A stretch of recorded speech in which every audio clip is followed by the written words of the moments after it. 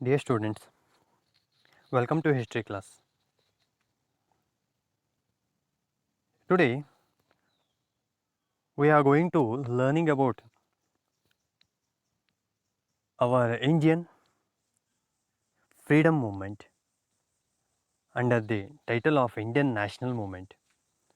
ಪ್ರಿಯ ವಿದ್ಯಾರ್ಥಿಗಳೇ, ಇಂದು ನಾವು ಭಾರತದ ಸ್ವಾತಂತ್ರ್ಯ ಸಂಗ್ರಾಮ ಅನ್ನುವ ಅಧ್ಯಯನವನ್ನು ಮಾಡಲಿಕ್ಕೆ ಹೊರಟಿದ್ದೇವೆ. Already we know we fought against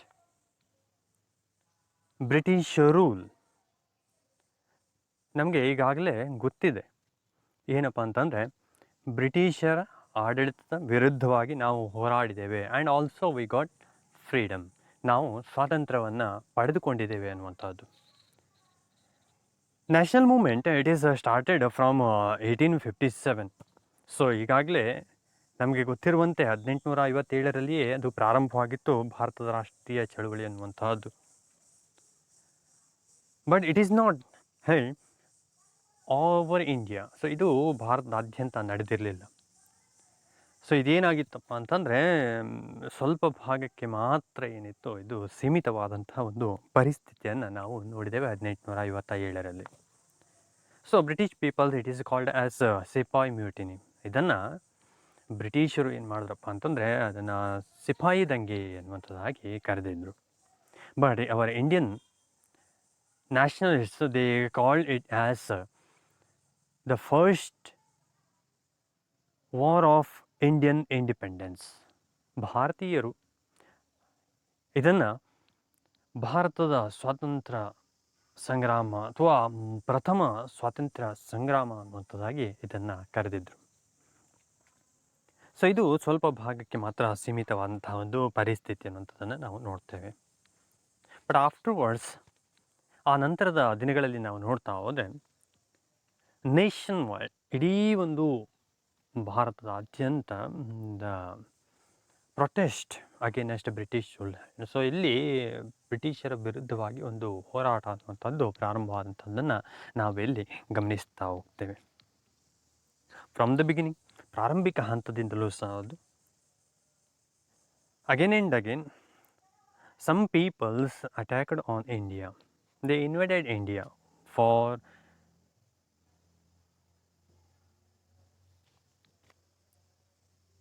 something they wanted to get from India. So ಭಾರತದಿಂದ ಏನೋ ಒಂದು ತೆಗೆದುಕೊಳ್ಳಬೇಕನ್ನುವಂತಹ ಒಂದು ಇಚ್ಛೆಯಿಂದ ದಾಳಿಯನ್ನು ಮಾಡಿದಂಥದ್ದು. Like prosperity of India, it invited the foreign peoples to invest. So ಭಾರತೀಯರ ಆ ಒಂದು ಸಂಪತ್ತು ಅಷ್ಟೊಂದು ಸಮೃದ್ಧತೆ ಅನ್ನುವಂಥದ್ದು ಆ ವಿದೇಶಿಯರನ್ನು ಸೆಳೆದಂತಹದ್ದು. ಸೊ ಅಂತೂ ಏನಿದೆ, ದೇ ಲೂಟೆಡ್ ಇಂಡಿಯನ್. ಭಾರತೀಯರನ್ನು ಅವರು ಲೂಟಿಯನ್ನು ಮಾಡಿದಂತಹ ಒಂದು ಪರಿಸ್ಥಿತಿಯನ್ನು ನಾವು ನೋಡ್ಬೋದು. In the beginning Greeks invaded India, afterwards Turks, Kushanas, Afghans, they also invaded India for the wealth of India. ಭಾರತದ ಸಂಪತ್ತಿಗೋಸ್ಕರವಾಗಿ ಪ್ರಾರಂಭಿಕ ಹಂತದಿಂದಲೂ ಗ್ರೀಕರು, ಆಮೇಲೆ ಟರ್ಕರು, ಕುಶಾನರು, ಅಫ್ಘಾನರು, ಹೀಗೆ ಹಲವಾರು ಜನ ಭಾರತದ ಮೇಲೆ ದಾಳಿಯನ್ನು ಮಾಡಿದಂಥದ್ದು. ಎಲ್ಲವೂ ಸಹ ಭಾರತದ ಸಂಪತ್ತಿಗೋಸ್ಕರವಾಗಿ. ಇನ್ನು ಮಾಡರ್ನ್ ಏಜ್, ಮಧ್ಯಯುಗ ಕಳೆದು ಆ ಆಧುನಿಕ ಯುಗಕ್ಕೆ ನಾವು ಕಾಲಿಟ್ಟಾಗ Portuguese, Dutch, French, English peoples came to India for trading. ಭಾರತಕ್ಕೆ ಬಂದಿದ್ದು ಯಾರಪ್ಪ? ಆಧುನಿಕ ಯುಗಕ್ಕೆ ನಾವು ಪ್ರವೇಶವನ್ನು ಮಾಡಿದವಾಗ ಅಲ್ಲಿ ವ್ಯಾಪಾರ ಮಾಡುವಂತಹ ಒಂದು ಉದ್ದೇಶದಿಂದ ಡಚ್ಚರು, ಪೋರ್ಚುಗೀಸರು, ಫ್ರೆಂಚರು, ಇಂಗ್ಲೀಷರು ಭಾರತಕ್ಕೆ ಬಂದಂತಹದ್ದನ್ನು ನಾವಿಲ್ಲಿ ಗಮನಿಸ್ತಾ ಹೋಗ್ತೇವೆ. ಎಮಂಗ್ ದೆಮ್ ಆ ಒಂದಿಷ್ಟು ಬಂದಂತಹ ವ್ಯಾಪಾರಸ್ಥರು ಅಂದರೆ ಆ ವರ್ತಕರಲ್ಲಿ British peoples they established their own colonies and also they established their rule over India. ಇಷ್ಟು ಜನರು ಏನು ಬಂದಿದ್ದರು ಭಾರತಕ್ಕೆ ವ್ಯಾಪಾರಕ್ಕೋಸ್ಕರವಾಗಿ, ಅವರಲ್ಲಿ ನಾವು ನೋಡ್ತಾ ಹೋದರೆ ಬ್ರಿಟಿಷರು ಮಾತ್ರ ಇಡೀ ಒಂದು ಭಾರತದಾದ್ಯಂತ ತಮ್ಮ ವಸಾಹತನ್ನು ಸ್ಥಾಪನೆ ಮಾಡಿ ಅವರ ಆಡಳಿತವನ್ನು ಹೇರಿದಂತಹ ಒಂದು ಪರಿಸ್ಥಿತಿ. So they established their supremacy all over India. ಅಂತೂ ಏನಿದೆ ಅಲ್ಲಿ ಇಡೀ ಭಾರತದಾದ್ಯಂತ ತಮ್ಮ ಪರಮಾಧಿಕಾರವನ್ನು ಸ್ಥಾಪನೆಯನ್ನು ಮಾಡಿದಂತಹ ಒಂದು ಪರಿಸ್ಥಿತಿ ಅನ್ನುವಂಥದ್ದು ಭಾರತದಲ್ಲಿತ್ತು ಆ ಒಂದು ಸಂದರ್ಭದಲ್ಲಿ. ಇಟ್ ಮೀನ್ಸ್ ಬಿಫೋರ್ 1947, 1947ಕ್ಕಿಂತ ಪೂರ್ವದ ಪರಿಸ್ಥಿತಿಯನ್ನು ನಾವು ಇಲ್ಲಿ ನೋಡ್ತಾ ಹೋಗ್ತೇವೆ, ಹೀಗಿದೆ ಅನ್ನುವಂಥದ್ದಾಗಿ. So the British peoples they got a profit from India by trade in the beginning. ಪ್ರಾರಂಭಿಕ ಹಂತದಲ್ಲಿ ವ್ಯಾಪಾರದಿಂದಾಗಿ ಅವರು ಲಾಭವನ್ನು ಪಡ್ಕೊಳ್ತಾ ಇದ್ದಂಥದ್ದು. Afterwards they looted Indian peoples. ಪ್ರಾರಂಭಿಕ ಹಂತದಲ್ಲೇನು ವ್ಯಾಪಾರದಿಂದ ಲಾಭವನ್ನು ಪಡೆದಿದ್ರು, ಆಮೇಲೆ ಭಾರತೀಯರನ್ನು ದೋಚಿದಂತಹ ಪರಿಸ್ಥಿತಿಯನ್ನು ನಾವು ಇಲ್ಲಿ ನೋಡ್ತಾ ಹೋಗ್ಬೋದು. In the beginning the Indian peoples also they are quarrelling each other, so they are not understood about this. ಈ ಕುರಿತಾದಂಥ ಏನೂ ಸಹ ಆ ಭಾರತೀಯರಲ್ಲಿ ಸೊ ಯಾವುದೇ ರೀತಿಯಾದಂತಹ ಆ ಒಂದು ಮನವರಿಕೆ ಆಗಿರಲಿ, ಆ ಕುರಿತಾದಂತೆ ವಿವೇಚನೆ ಇರಲಿಲ್ಲ. ಬ್ರಿಟಿಷರು ಹೀಗೆ ಮಾಡ್ತಾ ಇದ್ದಾರೆ ಅನ್ನುವಂತಹ ಆ ಒಂದು ಕಲ್ಪನೆ ಸಹ ಇರಲಿಲ್ಲ. ಆಮೇಲೆ ನಿಧಾನವಾಗಿ ಆ ಕುರಿತಾದಂತೆ ಭಾರತೀಯರಿಗೆ ಮನವರಿಕೆ ಆಗ್ತಾ ಹೋಗಿತ್ತು, ಬ್ರಿಟಿಷರು ನಮ್ಮನ್ನು ಆಳ್ತಾ ಇದ್ದಾರೆ, ಅವರು ದೋಚ್ತಾ ಇದ್ದಾರೆ ಅನ್ನುವಂಥದ್ದು. So later it took some time also. ಇದು ಸ್ವಲ್ಪ ಸಮಯವನ್ನು ಸಹ ತೆಗೆದುಕೊಂಡಿತ್ತು. But British peoples already they become stronger here and they established the supremacy. So ಅಂತೂ ಇಲ್ಲಿ ಈ ಭಾರತೀಯರು ಎಚ್ಚೆತ್ತುಕೊಳ್ಳುವುದಕ್ಕಿಂತ ಪೂರ್ವದಲ್ಲಿ ಏನು ಎಚ್ಚೆತ್ತುಕೊಳ್ಬೇಕಾಗಿರುವಂತಹ ಒಂದು ಸಂದರ್ಭದಲ್ಲಿಯೇ ಬ್ರಿಟಿಷರು ತಮ್ಮ ಸಂಪೂರ್ಣ ಪರಮಾಧಿಕಾರವನ್ನು ಸ್ಥಾಪನೆಯನ್ನು ಮಾಡಿಬಿಟ್ಟಿದ್ರು. So Indian peoples also awaken about the British rule in India, the misrule of British peoples, and also they started a protest against British peoples. So it is called as National Movement of India. So ಅಂತೂ ಆಮೇಲೆ ಬ್ರಿಟಿಷರ ಆ ಒಂದು ದುರಾಡಳಿತದ ಕುರಿತಾದಂತೆ ಭಾರತೀಯರಲ್ಲಿ ಎಚ್ಚರಿಕೆ ಅನ್ನುವಂಥದ್ದು ಬಂದಂಥದ್ದು. ಅಂತೂ ಕೊನೆಯಲ್ಲಿ ಭಾರತೀಯರು ಬ್ರಿಟಿಷರ ವಿರುದ್ಧವಾಗಿ ಹೋರಾಟಕ್ಕೆ ನಿಂತಹ ಒಂದು ಪರಿಸ್ಥಿತಿ, ಅದನ್ನೇ ನಾವು ಭಾರತದ ರಾಷ್ಟ್ರೀಯ ಚಳುವಳಿ ಅನ್ನುವಂಥದ್ದಾಗಿ ಅಧ್ಯಯನವನ್ನು ಮಾಡ್ತಾ ಹೋಗ್ತೇವೆ. So nationalism also developed by this way. So ಅಂತೂ ಏನಿದೆ ಕೊನೆಗೆ ಭಾರತೀಯರಲ್ಲಿ ಈ ಮೂಲಕವಾಗಿ, ಈ ಹೋರಾಟದ ಮೂಲಕವಾಗಿಯೂ ಸಹ ಹೌದು, ಸೊ ಬ್ರಿಟಿಷರ ದಬ್ಬಾಳಿಕೆ ಮೂಲಕವಾಗಿಯೂ ಸಹ ಹೌದು, ರಾಷ್ಟ್ರೀಯತೆ ಅನ್ನುವಂತಹ ಭಾವನೆ, ಅಂದರೆ it is my country, so ಇದು ನನ್ನ ದೇಶ ಅನ್ನುವಂಥದ್ದು. So these like attitude developed in Indian peoples. ಭಾರತೀಯರಲ್ಲಿ ಈ ರೀತಿಯಾದಂತಹ ಒಂದು ನಮ್ಮ ದೇಶ ಅನ್ನುವಂತಹ ಭಾವನೆ ಅನ್ನುವಂಥದ್ದು ನಿಧಾನವಾಗಿ ಇಲ್ಲಿ ಪ್ರಾರಂಭವಾಗ್ತಾ ಹೋಗಿತ್ತು. So important factors for the growth of Indian nationalism. ಭಾರತೀಯರಲ್ಲಿ ಆ ದೇಶಾಭಿಮಾನ ಅನ್ನುವಂಥದ್ದು ಬೆಳೀಲಿಕ್ಕೆ ಕಾರಣವಾದಂತಹ ಕೆಲವೊಂದು ಅಂಶಗಳನ್ನು ನಾವು ನೋಡ್ತಾ ಹೋದರೆ, first of all British peoples they considered India to be only a colony for providing raw materials and market for their finished goods. Already we know when British peoples came to India, they came to India for only for trading. They are purchased some materials in here and they carried to their native, it means England, and they sold the goods what they are carried from India. So ಅವರು ಭಾರತಕ್ಕೆ ಬಂದಿದ್ದರು, ಬ್ರಿಟಿಷರು ವ್ಯಾಪಾರಕ್ಕೋಸ್ಕರವಾಗಿ ಬಂದಂಥವರು ವ್ಯಾಪಾರವನ್ನು ಇಲ್ಲಿ ಮಾಡಿದರು. ಕೆಲವೊಂದು ವಸ್ತುಗಳನ್ನು ಖರೀದಿಯನ್ನು ಮಾಡಿದರು ಮತ್ತು ಅದನ್ನು ತೆಗೆದುಕೊಂಡು ಹೋಗಿ ತಮ್ಮ ಮಾತೃ ಭೂಮಿ ಅಂತಂದರೆ ಇಂಗ್ಲೆಂಡಿನಲ್ಲಿ ಇದನ್ನು ಮಾರಾಟವನ್ನು ಮಾಡಿದರು. So it is become raw material to Britain factories. ಇಲ್ಲಿ ಆ ಖರೀದಿ ಮಾಡಿದಂತಹ ವಸ್ತುಗಳು ಏನಾಗಿದ್ದು ಬ್ರಿಟನ್ನಿನಲ್ಲಿರುವಂತಹ ಆ ಕಾರ್ಖಾನೆಗಳಿಗೆ ಅದು ಕಚ್ಚಾ ವಸ್ತುವಾಗಿತ್ತು.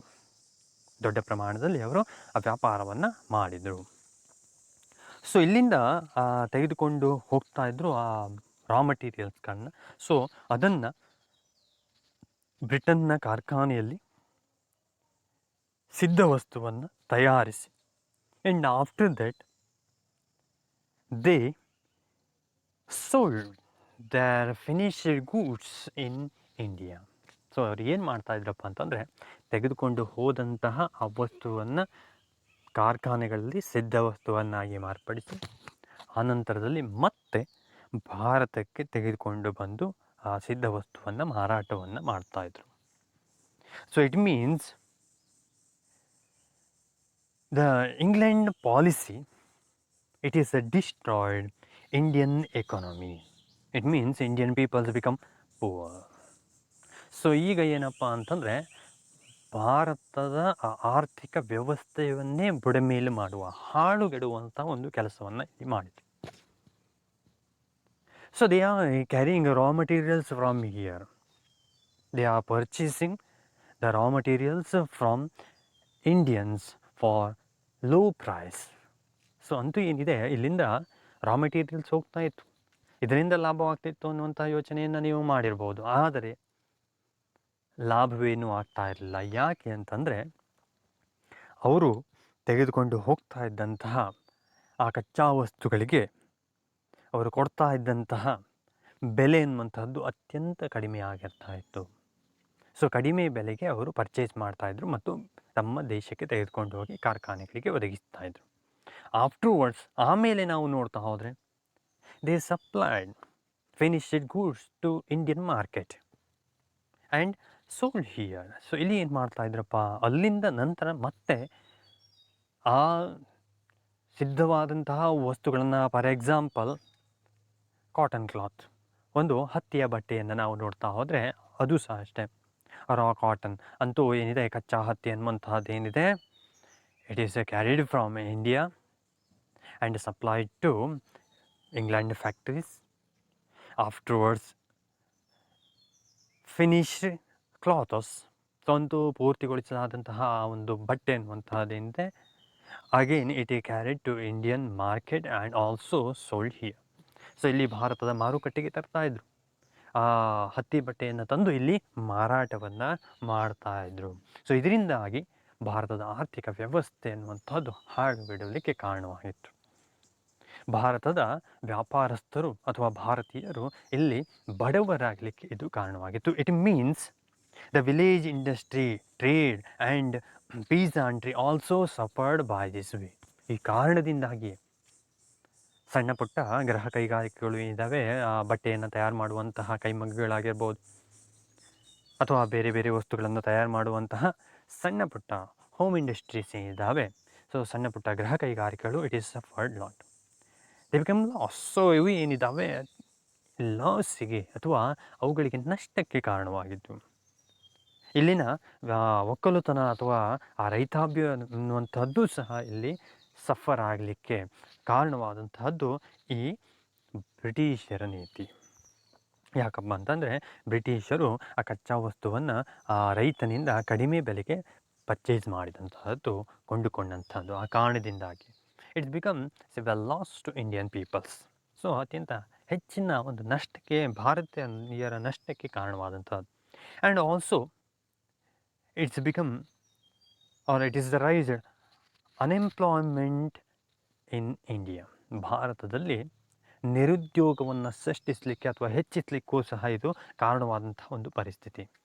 ಯಾಕೆ ಅಂತಂದರೆ, ಭಾರತೀಯರು ಆ ಸಣ್ಣ ಪುಟ್ಟ ವ್ಯಾಪಾರವನ್ನು ಮಾಡ್ತಾ ಇದ್ದಂಥವರೆಲ್ಲ ಅಥವಾ ಗೃಹ ಕೈಗಾರಿಕೆಗಳನ್ನು ನಡೆಸ್ತಾ ಇದ್ದಂಥವರೆಲ್ಲ ಈ ಕೆಲಸವನ್ನು ಕಳೆದುಕೊಂಡಿದ್ದು. ದೇ ಲಾಸ್ಟ್ ದೇರ್ ವರ್ಕ್ಸ್, ತಮ್ಮ ಕೆಲಸವನ್ನೇ ಕಳೆದುಕೊಂಡಂಥ ಒಂದು ಪರಿಸ್ಥಿತಿ. So finally they have become unemployed.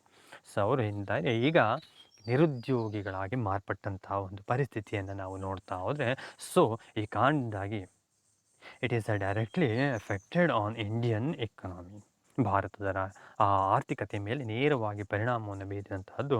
So ಈ ಕಾರಣದಿಂದಾಗಿ ಬ್ರಿಟಿಷರ ಈ ಒಂದು ಆ ವ್ಯಾಪಾರಕ್ಕೆ ಬಂದಂತಹದ್ದು ಮತ್ತು ಇಲ್ಲಿನ ಅವರ ಆ ಆಡಳಿತ ಅನ್ನುವಂಥದ್ದು ಸಂಪೂರ್ಣ ಲಾಸಿಗೆ ಕಾರಣವಾದಂಥದ್ದನ್ನು ನಾವು ನೋಡ್ತಾ ಹೋದರೆ, finally Indian peoples awakened about this. So ಇದರ ಕುರಿತಾದಂತೆ ಆಮೇಲೆ ಅವರಿಗೆ ಗೊತ್ತಾಗಿತ್ತು, ಸೊ ಆಮೇಲೆ ಎಚ್ಚರವಾದಂಥವರು, ಸೊ ಈ ಒಂದು ಬ್ರಿಟಿಷರು ಏನಿದ್ದಾರೆ, they are looted India. So finally they awaken about this. So ಈ ಕುರಿತಾದಂತೆ ಭಾರತವನ್ನು ಈ ಬ್ರಿಟಿಷರು ಅನ್ನುವಂಥವ್ರು ಲೂಟಿಯನ್ನು ಮಾಡ್ತಾ ಇದ್ದಾರೆ ಅನ್ನುವಂಥದ್ದು ಕಡೆಗೆ ಗೊತ್ತಾಗಿತ್ತು ಅವರಿಗೆ.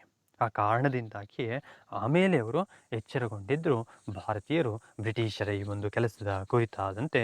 So it is raised the nationalism in Indian peoples. ಭಾರತೀಯರಲ್ಲಿ ಆ ರಾಷ್ಟ್ರೀಯತೆಯನ್ನು ಹುಟ್ಟು ಹಾಕಲಿಕ್ಕೆ ಇದು ಒಂದು ಕಾರಣವಾಗಿ ಮಾರ್ಪಟ್ಟಿತ್ತು. ಆ್ಯಂಡ್ ಸೆಕೆಂಡ್ ಥಿಂಗ್, ಎರಡನೆಯ ಒಂದು ವಿಷಯದ ಕುರಿತಂತೆ ನಾವು ನೋಡ್ತಾ ಹೋದರೆ, the British provided A uniform system of administration and judicial system.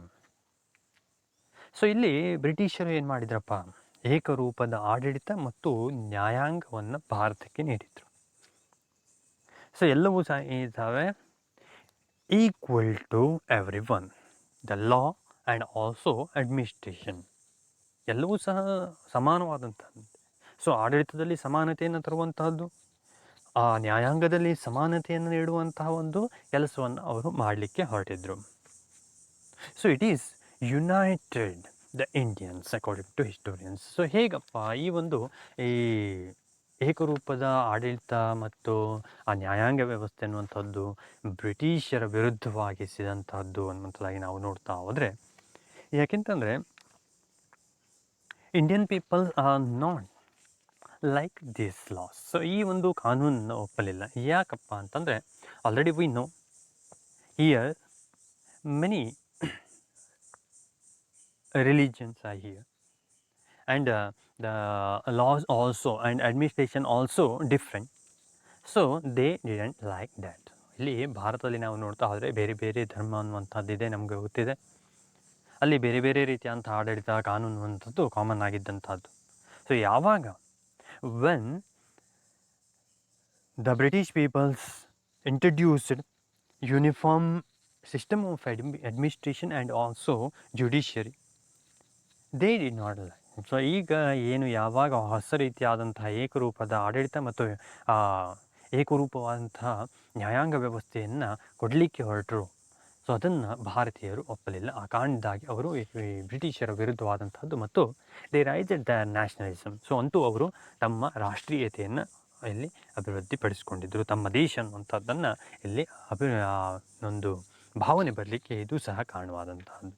And third one, Western system of education in English broke the monopoly of a traditional system of practice in Sanskrit, Persian, Arabic by Hindu and Muslims.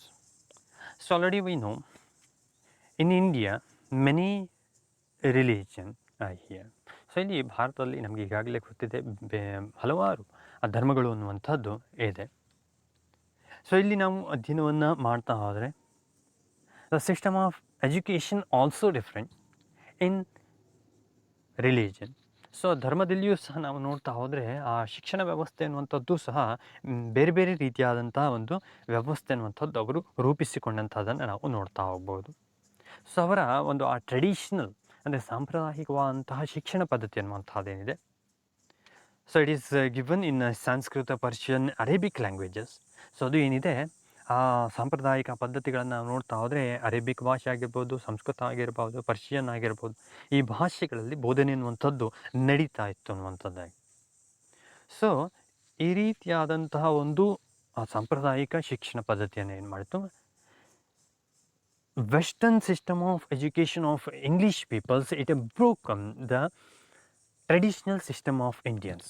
ಭಾರತೀಯರ ಆ ಒಂದು ಸಾಂಪ್ರದಾಯಿಕ ಶಿಕ್ಷಣ ಪದ್ಧತಿ ಏನಿದೆ ಆ ಸಾಂಪ್ರದಾಯಿಕ ಪದ್ಧತಿಯನ್ನು ಬ್ರಿಟಿಷರ ಇಂಗ್ಲೀಷ್ ಶಿಕ್ಷಣ ಅನ್ನುವಂಥದ್ದು ಮುರಿಯಲಿಕ್ಕೆ ಹೊರಟಂಥದ್ದನ್ನು ನಾವು ನೋಡ್ಬೋದು. ಸೊ ಆ ಕಾರಣದಿಂದಾಗಿ ಈ ಭಾರತೀಯರು ಅನ್ನುವಂಥದ್ದು they are become against the British system of education. ಆ ಕಾರಣದಿಂದಾಗಿ ಭಾರತೀಯರು ಅದನ್ನು ಒಪ್ಪಲಿಲ್ಲ.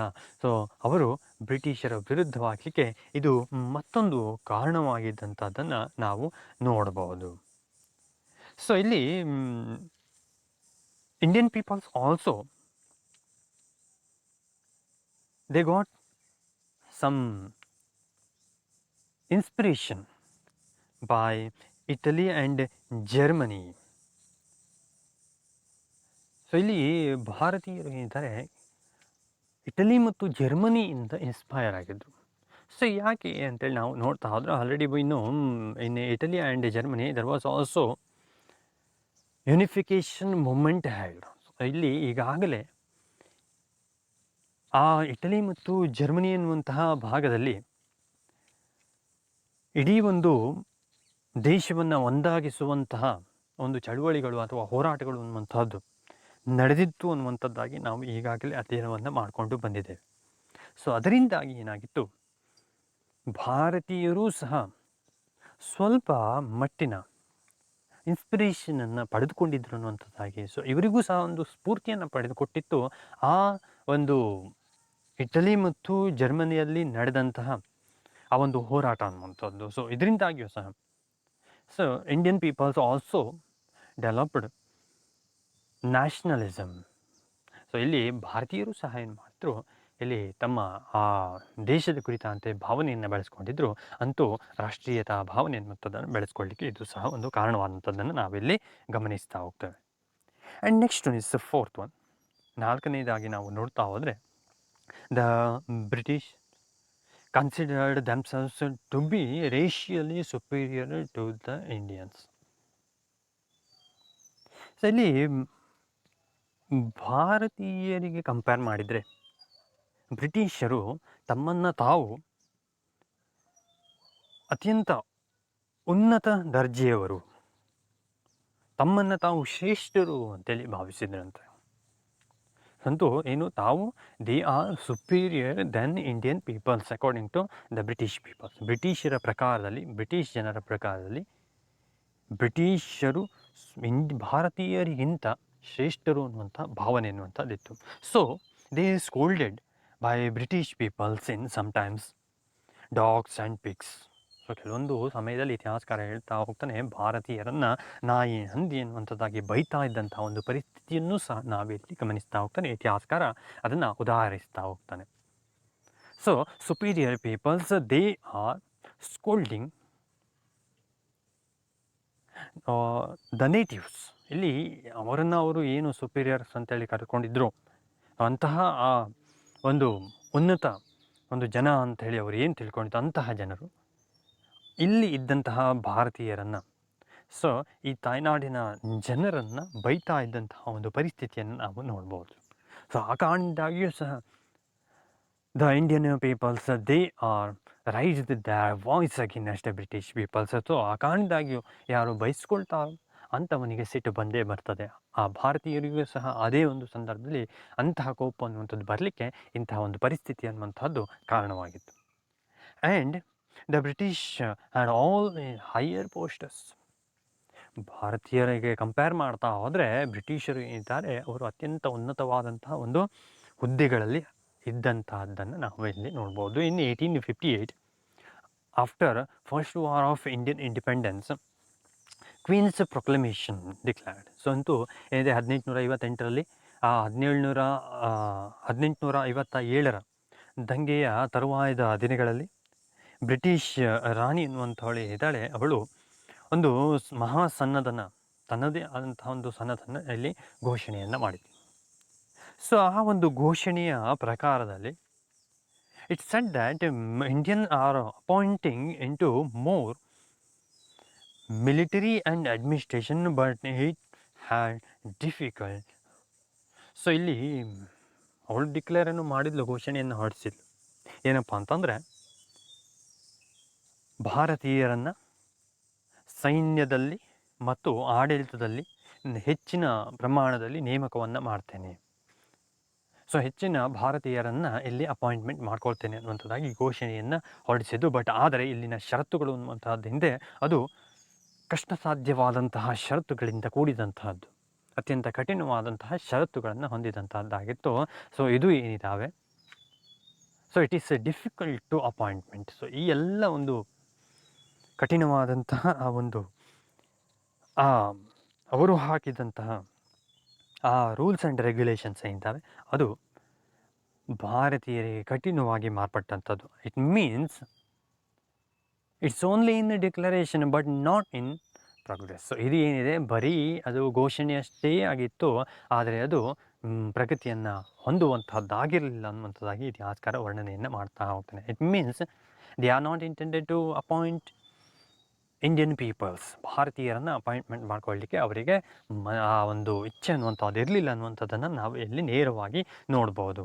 So British peoples considered themselves as educationists for uncivilized Indians and reformers of society, and also culturally and socially they are considered themselves as reformers. So ಇಲ್ಲಿ ಇತಿಹಾಸಕಾರ ಹೇಳ್ತಾ ಹೋಗ್ತಾನೆ, ಭಾರತೀಯರು ಅನ್ನುವಂಥ the Indian peoples according to British peoples they are uncultural. ಭಾರತೀಯ ಜನರು ಅನ್ನುವಂಥವ್ರು ನಾಗರಿಕತೆಯನ್ನು ಹೊಂದಿದಂಥವರಲ್ಲ ಅನ್ನುವಂತಹ ಒಂದು ಅಭಿಪ್ರಾಯ ಬ್ರಿಟಿಷರಿತ್ತು. ಸೊ ಅವರು ಏನು ಮಾಡಿದ್ರಪ್ಪ, they considered themself as they are educators to British peoples, to Indian peoples. So British peoples ಏನು ಮಾಡಿದ್ರು, ಅವರಷ್ಟಕ್ಕೆ ಅವರು ಒಂದು ಕಲ್ಪನೆಯನ್ನು ಹೊಂದಿದ್ರಂತೆ, ಭಾರತೀಯರು ಅನ್ನುವಂಥವ್ರು ಏನಿದ್ದಾರೆ ಅವರು ನಾಗರಿಕರಲ್ಲ, ಸೊ ಅವರಿಗೆ ಯಾವುದೇ ರೀತಿಯಾದಂಥ ಒಂದು ಸಂಸ್ಕೃತಿ ಅನ್ನುವಂಥದ್ದಿಲ್ಲ, ನಾವೇನು ಬ್ರಿಟಿಷರು ಅನ್ನುವಂಥವ್ರು ನಾವು ಶಿಕ್ಷಣವನ್ನು ನೀಡುವಂಥವರು ಅನ್ನುವಂಥದ್ದಾಗಿ ಅವರ ಭಾವನೆ ಅನ್ನುವಂಥದ್ದಿತ್ತು. ಸೊ ಅಂತೂ ಏನಿದೆ ಅವರ ಪ್ರಕಾರದಲ್ಲಿ the Indian peoples are backward peoples, ಭಾರತೀಯರು ಹಿಂದುಳಿದಂಥವರು ಅನ್ನುವಂಥ ಒಂದು ಭಾವನೆ ಅನ್ನುವಂಥದ್ದಿತ್ತು. So all this activities of British peoples it awakened the Indian peoples and also raised nationalism within Indians.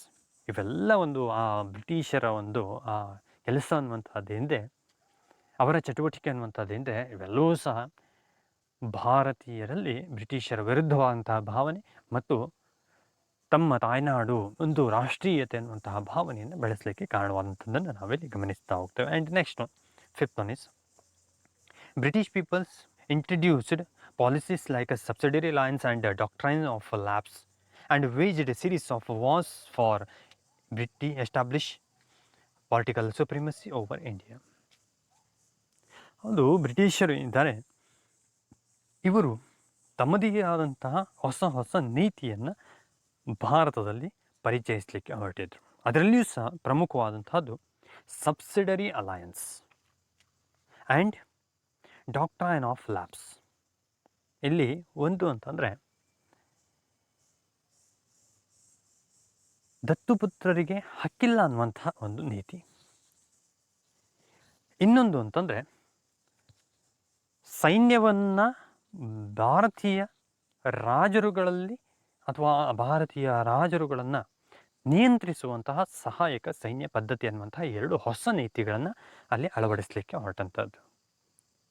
So ಆ ಕಾರಣದಿಂದಾಗಿ ನಿರಂತರವಾದಂತಹ ಆ ದಾಳಿಯನ್ನು ಅಥವಾ ಹೋರಾಟವನ್ನು ಅಥವಾ ಭಾರತೀಯರ ವಿರುದ್ಧವಾದಂತಹ ಚಟುವಟಿಕೆಗಳನ್ನು ಬ್ರಿಟಿಷರು ನಿರಂತರವಾಗಿ ನಡೆಸಿದಂತಹದ್ದನ್ನು ನಾವು ನೋಡ್ಬೋದು. ಕೊನೆಯಲ್ಲಿ ಇಡೀ ಭಾರತದ ಮೇಲೆ ರಾಜಕೀಯವಾದಂತಹ ಆ ಪರಮಾಧಿಕಾರದ ಸ್ಥಾಪನೆಯನ್ನು ಮಾಡಿದಂತಹ ಒಂದು ಪರಿಸ್ಥಿತಿಯನ್ನು ನಾವಿಲ್ಲಿ ಗಮನಿಸ್ತಾ ಹೋಗ್ತೇವೆ.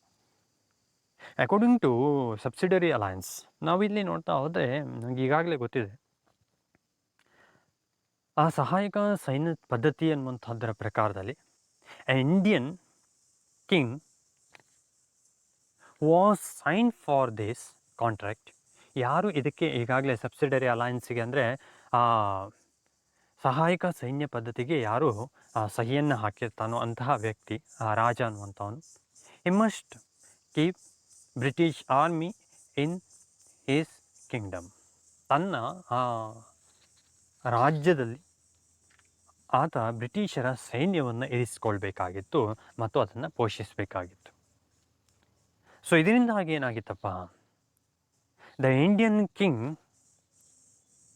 ಹಿ was not got freedom in his kingdom. ತನ್ನದೇ ರಾಜ್ಯದಲ್ಲಿ ಆ ರಾಜ ಏನಿದ್ದಾನೆ ತನ್ನ ಸ್ವಾತಂತ್ರ್ಯವನ್ನು ಕಳೆದುಕೊಂಡಂಥ ಒಂದು ಪರಿಸ್ಥಿತಿಯನ್ನು ನಾವು ಇಲ್ಲಿ ನೋಡ್ತಾ. ಆ್ಯಂಡ್ ಅಂದರ್ ಪಾಲಿಸಿ ಡಾಕ್ಟ್ರೈನ್ ಆಫ್ ಲ್ಯಾಪ್ಸ್. ಇಲ್ಲಿ ಮತ್ತೊಂದು ಪಾಲಿಸಿಯನ್ನು ನಾವು ನೋಡ್ತಾ ಹೋದರೆ ದತ್ತುಪುತ್ರರಿಗೆ ಹಕ್ಕಿಲ್ಲ ಅನ್ನುವಂಥ ನೀತಿ. ಸೊ ಒಬ್ಬ ರಾಜ ಅನ್ನುವಂಥವನು he was not had the legal heir, it means he did not have a son. His kingdom, after his death, it was passed over to British kingdom or British rule.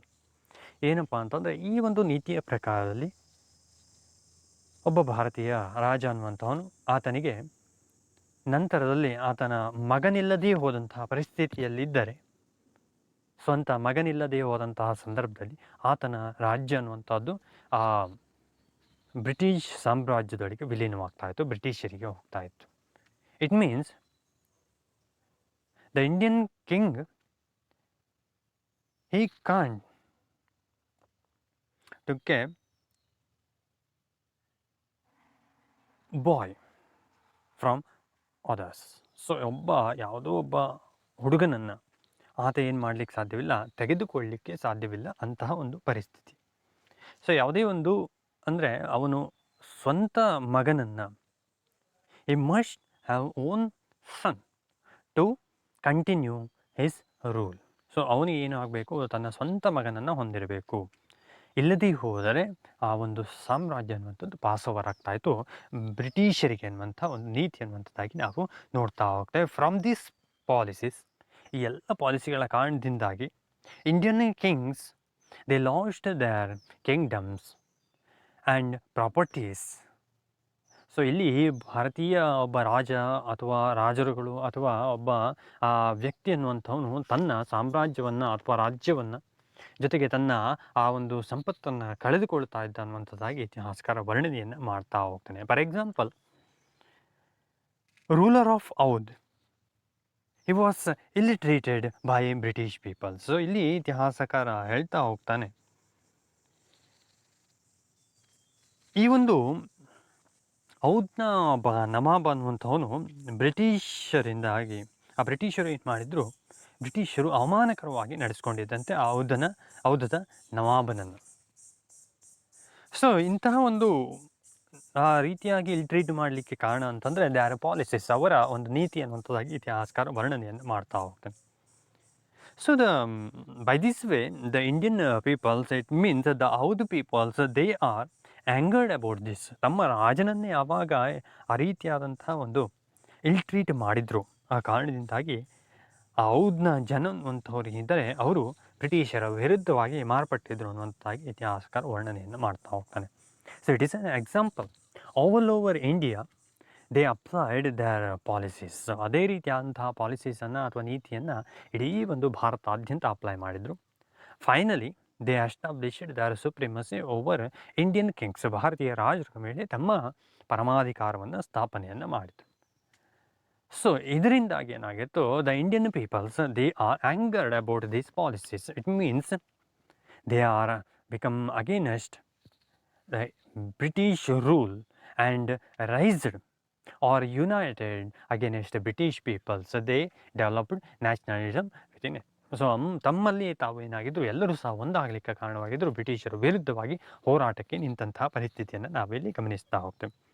And next is sixth, ಆರನೆಯದಾಗಿ ನಾವು ನೋಡ್ತಾ ಹೋದರೆ Indian press and literature in the 19th and the beginning of the 20th century inspired nationalism. ಇತಿಹಾಸಕಾರ ಹೇಳ್ತಾ ಹೋಗ್ತಾನೆ, ಆರನೆಯ ಒಂದು ಪಾಯಿಂಟ್ನಲ್ಲಿ ಭಾರತೀಯ ಪತ್ರಿಕೋದ್ಯಮ ಮತ್ತು ಭಾರತದ ಸಾಹಿತ್ಯ ಅನ್ನುವಂಥದ್ದು 19-20ನೇ ಶತಮಾನದ ಆರಂಭದ ವೇಳೆಯಲ್ಲಿ ರಾಷ್ಟ್ರೀಯತೆಯನ್ನು ಪ್ರಚೋದಿಸಿದಂಥದ್ದು. It means the Indian writers, the Indian press, they published some literatures. So ಇಲ್ಲಿ ಕೆಲವೊಂದು ಭಾರತೀಯರು ಭಾರತದ ಪತ್ರಿಕೋದ್ಯಮ ಮತ್ತು ಆ ಪ್ರಿಂಟಿಂಗ್ ಪ್ರೆಸ್ಗಳು ಏನು ಮಾಡಿದ್ದು, ಭಾರತದಲ್ಲಿ ಸಾಹಿತ್ಯದ ಪ್ರಕಟಣೆಯನ್ನು ಮಾಡಿದ್ದು. ಸೊ ಇದು ಏನು ಮಾಡಿತಪ್ಪ, it is about the British misrule. So ಇದೇನಿದೆ, ಬ್ರಿಟಿಷರ ಆ ಒಂದು ಕೆಟ್ಟದಾದಂಥ ಆಡಳಿತದ ಕುರಿತಂತೆ.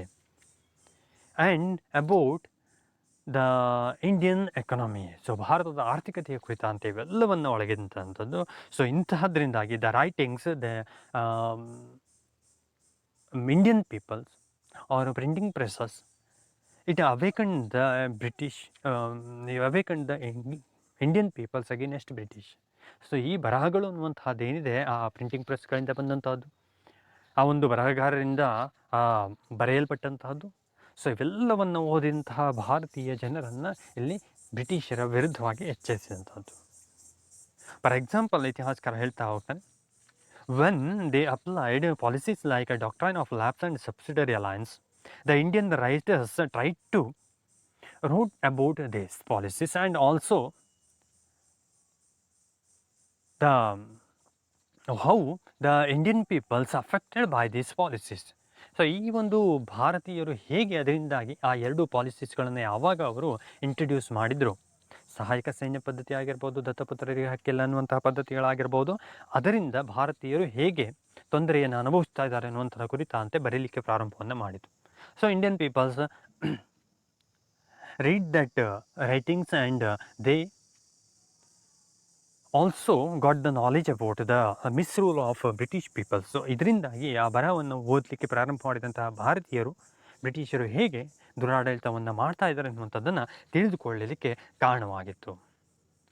ಸೊ ಅಷ್ಟೇ ಅಲ್ಲ, ಇಲ್ಲಿ ಇತಿಹಾಸಕಾರ ಹೇಳುವ ಪ್ರಕಾರದಲ್ಲಿ nationalist writings published in English and vernacular languages. So the local peoples also got the knowledge by this way. So ಇಲ್ಲಿ ಇಂಗ್ಲೀಷ್ನಲ್ಲಿ ಮತ್ತು ದೇಶೀಯ ಭಾಷೆಯಲ್ಲಿ, ಇಟ್ ಮೀನ್ಸ್ ಹಿಂದಿ ಆಗಿರ್ಬೋದು ಅಥವಾ ಬೇರೆ ಬೇರೆ ಬಂಗಾಳಿ ಆಗಿರ್ಬೋದು, ಸೊ ಇಂತಹ ಆ ಸ್ಥಳೀಯ ಭಾಷೆಗಳಲ್ಲಿಯೂ ಸಹ ಬರಹವನ್ನು ಬರೆದ ಕಾರಣದಿಂದಾಗಿ ಎಲ್ಲರೂ ಸಹ ಇದನ್ನು ತಿಳಿದುಕೊಳ್ಳಲಿಕ್ಕೆ ಏನು ಇಲ್ಲಿ ನಡೀತಾ ಇದೆ ಅನ್ನುವಂಥದ್ದನ್ನು ಬರಹಗಳ ಮುಖಾಂತರವಾಗಿ ಸುಲಭವಾಗಿ ತಿಳಿದುಕೊಳ್ಳಲಿಕ್ಕೆ ಸಾಧ್ಯವಾಗಿತ್ತು. For example scholars like R G Bhandarkar, R L Mitra, so Balagangadhar Tilak, Swami Vivekananda, Max Muller. So they published about the misrule of British peoples in India. So ಇಂತಹ ಪ್ರಸಿದ್ಧವಾದಂತಹ ಬರಹಗಾರರು ಎಂದರೆ ಇವರು ಬ್ರಿಟಿಷರ ಆ ರೀತಿಯಾದಂತಹ ದುರಾಡಳಿತ ಕುರಿತಂತೆ ಬರವಣಿಗೆಗಳನ್ನು ಬರೆದಂತಹದನ್ನು ನಾವು ಇಲ್ಲಿ ಉದಾಹರಿಸ್ತಾ ಹೋಗ್ತೇವೆ. ಸೊ ಇಲ್ಲಿ ಇತಿಹಾಸಕಾರ ಹೇಳುವ ಪ್ರಕಾರದಲ್ಲಿ these peoples they thrown light on glorious cultural past of the India. So it awakened Indian peoples against the British rule and also it raised nationalism within Indians. So ಇಂತಹ ಒಂದು ವ್ಯಕ್ತಿಗಳು ಏನು ಮಾಡಿದ್ರು, ಭಾರತದಲ್ಲಿ ಹಳೆಯ ಕಾಲದಲ್ಲಿ ಭಾರತ ಅನ್ನುವಂಥದ್ದು ಹೀಗಿತ್ತು, ಇಷ್ಟೆಲ್ಲ ರಿಚ್ನೆಸ್ ಆಫ್ ದಿ ಇಂಡಿಯನ್ಸ್, ಭಾರತೀಯರ ಒಂದು ಆ ಪರಂಪರೆ ಆಗಿರ್ಬೋದು, ಆ ಒಂದು ಸಂಪದ್ಭರಿತವಾದಂತಹ ಸಂಸ್ಕೃತಿ ಆಗಿರ್ಬೋದು, ಅದರ ಕುರಿತಂತೆ ಇವರು ಬೆಳಕನ್ನು ಚೆಲ್ತಾ ಹೋಗಿದ್ರು, ಬರವಣಿಗೆಯನ್ನು ಬರಿತಾ ಹೋಗಿದ್ರು. ಇದರಿಂದಾಗಿ ಕೊನೆಗೆ ಆ ಭಾರತೀಯರು ಅನ್ನುವಂಥವ್ರು ಇಷ್ಟೆಲ್ಲ ಒಂದು ಸಮೃದ್ಧತೆಯನ್ನು ಹೊಂದಿದ್ದಾಗ್ಯೂ ಬ್ರಿಟಿಷರ ಆ ಆಡಳಿತವನ್ನು, ದುರಾಡಳಿತದ ಕೆಳಗಿದ್ದಾರೆ ಅನ್ನುವಂಥದ್ದನ್ನು ಪ್ರತಿಬಿಂಬಿಸಿದ ಕಾರಣದಿಂದಾಗಿ ಬ್ರಿಟಿಷರ ವಿರುದ್ಧವಾಗಿ ಭಾರತೀಯರು ತಮ್ಮಲ್ಲಿ ತಾವು ರಾಷ್ಟ್ರೀಯತೆಯ ಭಾವನೆಯನ್ನು ಬೆಳೆಸಿಕೊಳ್ಳಲಿಕ್ಕೆ ಇದು ಕಾರಣವಾಗಿತ್ತು ಅನ್ನುವಂಥದ್ದಾಗಿ ಇತಿಹಾಸಕಾರ ವರ್ಣನೆಯನ್ನು ಮಾಡ್ತಾ ಹೋಗ್ತಾನೆ. ಅಂತೂ ಇವೆಲ್ಲ ಬರವಣಿಗೆಗಳು ಸಹ ಈ ಒಂದು ಬ್ರಿಟಿಷರ ವಿರುದ್ಧವಾಗಿ ಭಾರತೀಯರಲ್ಲಿ ರಾಷ್ಟ್ರೀಯತೆಯ ಭಾವನೆಯನ್ನು ಬೆಳೆಸಲಿಕ್ಕೆ ಕಾರಣವಾಗಿತ್ತು ಅನ್ನುವಂಥದ್ದಾಗಿ ಇತಿಹಾಸಕಾರ ವರ್ಣನೆಯನ್ನು ಮಾಡ್ತಾ ಹೋಗ್ತಾನೆ. So in next class we are learning about the establishment of the Indian National Congress in 1885. Thank you.